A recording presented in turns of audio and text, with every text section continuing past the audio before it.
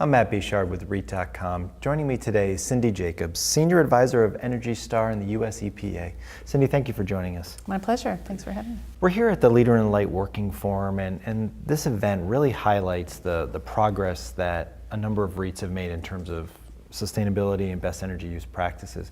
Can you talk a little bit about some of the changes and the evolution you've seen in the industry? Well, I think there has really been a sea change in the way that commercial real estate companies view energy use. When we first started talking to companies about energy management, there really wasn't good understanding of what's entailed in energy management, of the fact that energy use and costs are controllable, and the value that can often lie hidden in energy bills. But as more and more companies began to take stock of their energy use, I think that realization started to dawn, and really REITs were among the first and really do have a good understanding, I think, of their energy use and the value of energy management. In 1999, EPA rolled out its first 1 to 100 energy performance score for office buildings, and REITs were among the first adopters of that score. And so they are really, I think, both understanding that and bringing value to investments through managing their energy and through using that. And speaking of that evolution, Energy Star recently celebrated its 20th anniversary. What impact do you think the program has had on building owners, tenants, and other key audiences? Well, I think it's fair to say that Energy Star has been transformational in the commercial buildings market. And really the numbers speak for themselves. At the end of 2012, over 300,000 commercial buildings across the US had used the Energy Star Energy Performance score found in Portfolio Manager. And EPA has certified over 20,000 buildings that meet the strict criteria for Energy Star designation. These buildings on average use 35% less energy and emit 35% less greenhouse gases than their peers. And one of our newer forms of recognition is something called the National Building Competition that we launched 3 years ago. And this past year we had over 3,000 buildings participating in the competition, and we're seeing changes just through paying attention and through engagement and tracking energy and seeing where they can go. We've seen changes in individual buildings of 20%, 30%, even 40% and more in the course of 1 year. So that's all been terrific to see.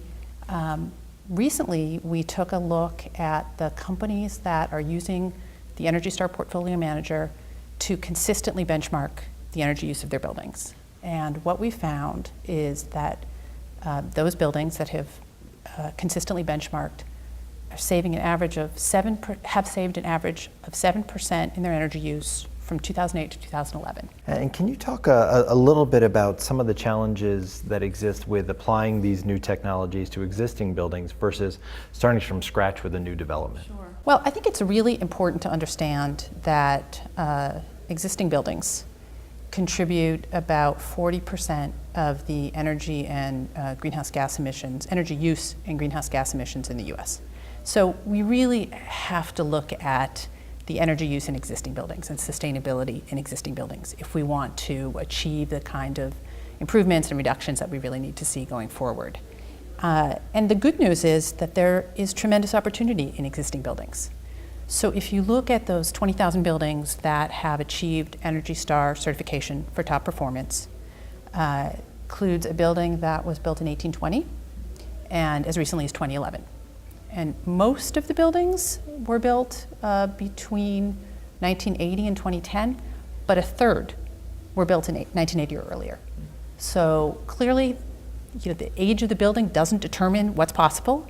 And what we've seen is it really comes down to a combination of technology and how that technology is managed and how it's used. And as we've talked about, there certainly seems to be a lot of momentum around sustainability. There's been a lot of progress made.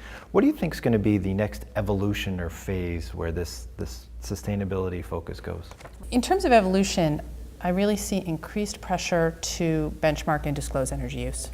There are about 10 jurisdictions across the country that now are requiring that.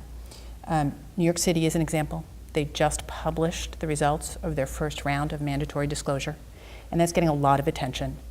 And at the same time, there are companies. There are many REITs, as evidenced by today's forum, Leader in the Light and the GRESB reporting, that are starting to disclose, to benchmark and disclose, not just starting to, but are benchmarking and disclosing their energy use. Investors are asking for the information. Employees are asking for evidence of sustainability, customers, clients, other stakeholders. So I think really increasing pressure for organizations to demonstrate and to share what they're doing in terms of energy management and sustainability. And then I think the next frontier is really taking the lessons that we've learned in energy management, the use of real data, benchmarking, tracking, reporting, disclosing, and applying that to water and waste. That's really the new frontier in terms of overall sustainability. Cindy, thank you so much for joining us today. You're welcome. For more on this and other REIT news and analysis, be sure to visit REIT.com.